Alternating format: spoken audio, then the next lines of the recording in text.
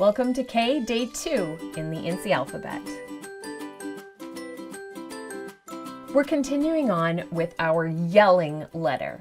And when something is loud, the sound wave gets big and intense and more compact. We're going to be using the sound wave inspiration for our actual letter.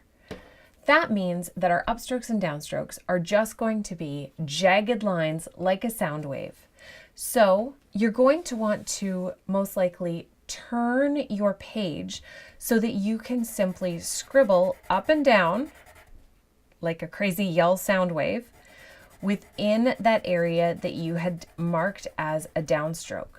As you get to the top and bottom, you want to taper that stroke off so that it's not as tall. Try to keep your spacing between yelling even. I have a little bit here where it's quite spaced out and then here where it's very close together. Somewhere in between that would be good. And tapering down. Around these corners, you still want to maintain that look of yelling. So make sure that it still has that up and down quality to it without just looking like a flat line. At the top and bottom, after it's curved around, give it a little bit more thickness there just to give interest to your letter. Now, one thing you might notice is that you can see your guideline through your yelling strokes, and that's because we're not creating a solid stroke with that.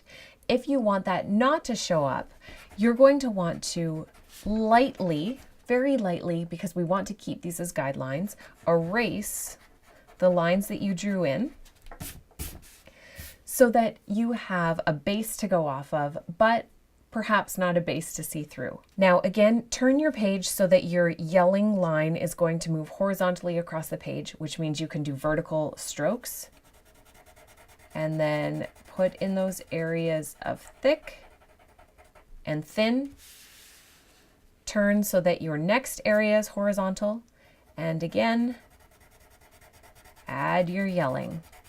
Where it's bigger during the downstrokes, tapers off, where it would be an upstroke,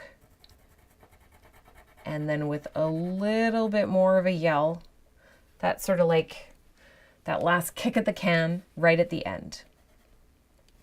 Now there might be areas like here where there's a bit of a hump out and maybe a little bit too much in. You can just go in and extend a few of those yelling lines so that it looks like it has a more gradual or natural shape to it. If that doesn't work, you can always go and erase just a little bit of it to trim it in a touch. Now we have our basic yell, and on day 3, we're going to add a few more details to make this look more like a yell and less like, I don't know, it reminds me of a wicker chair. Is that weird?